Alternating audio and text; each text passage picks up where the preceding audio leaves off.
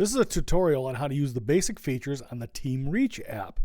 You want to find the app on your device, click on it, and that will take you to your groups, or group if you're just a part of one. You click on your group that you're trying to access, and you will see a view of conversations. The newest one will be at the top.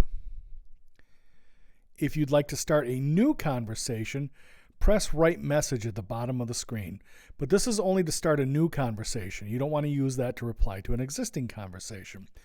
If you'd like to reply to an existing conversation, click that conversation, and at the bottom you will see Write Comment. You click that, you type your comment, and you hit Send. In the upper corner, you will see a calendar. This provides a list of current events for your group.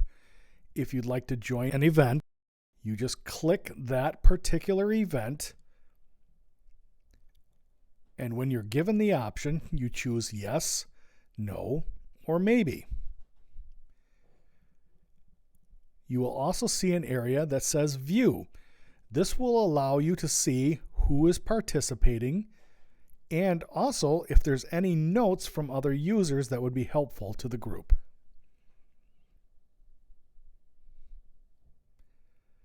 On the right-hand side, there's a square with a feather. This is how you send a private message to other members.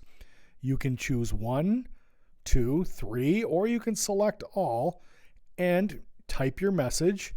And at the bottom is a button that says Done. When you hit the Done button, the magic of the internet sends it to that person or persons. Now you can begin conversing privately away from the rest of the group. I hope you found this tutorial helpful. Thank you.